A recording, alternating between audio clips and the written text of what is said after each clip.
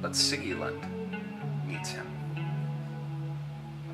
just before the sun goes down.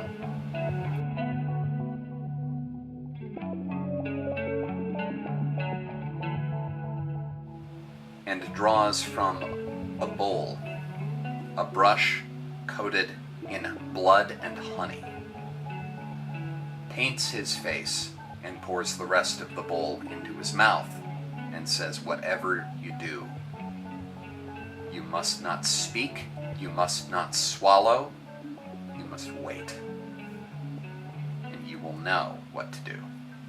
The wolf comes again, but this time, the scent of blood and honey is too tempting. It pads up to him and leans close, sniffing.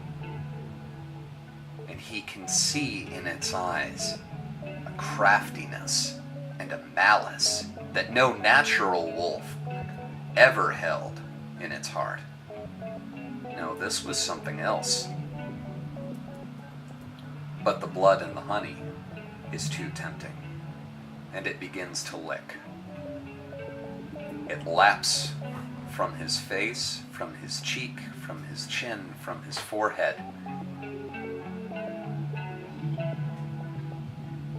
And he opens his mouth, and it can smell the remaining honey and blood in his mouth, and begins to lick.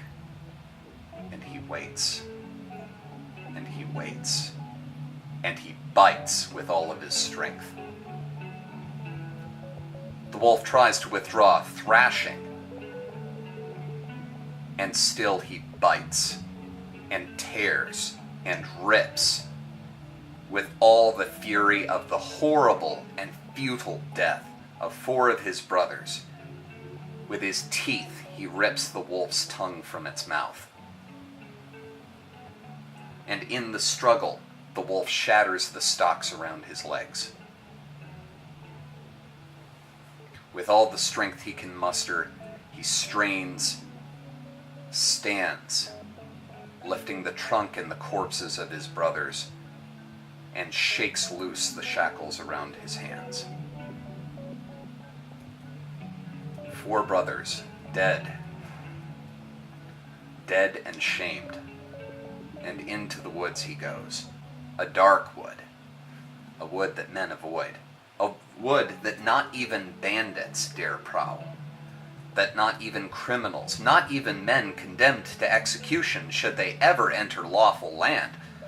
No, no one goes into these woods. There are stories, too many stories, of old powers, that before lawful men took these lands, that there were other men here, men who knew allegiance to different gods, men whose other gods gave them congress with dark powers, men for whom the line between life and death meant nothing at all, who crossed it freely, and it could not be known, not really, that they were truly gone and dead. Of the places of this shunned wood, most feared was the mound of the Hierophant. It was said that there was buried the wisest of this lost people, the wisest, the cruelest, the most damned, the most driven from reason, the most driven from mercy, the most driven from honor. Such a stranger to the ways of the hearts of men, that his heart, unfamiliar with the fact that ours stop beating, never did.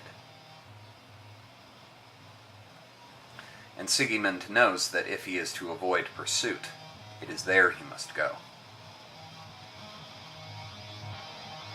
He bounds through the woods as if born to them, his eyes taking in the moonlight and stars filtering through the trees overhead, and finds himself standing before the mound.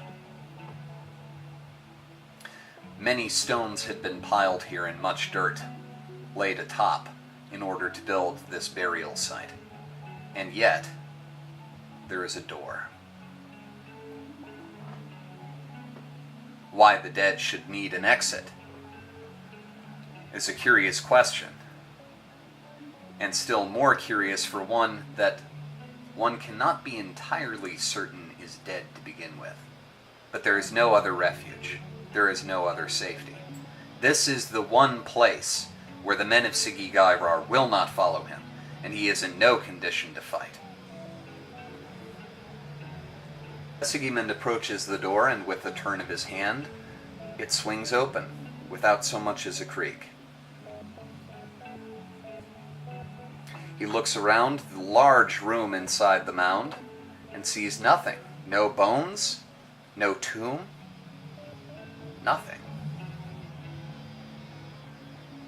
And is frankly too tired to care, even had there been something there. He lies down and swiftly falls asleep, and awakens with talons at his neck,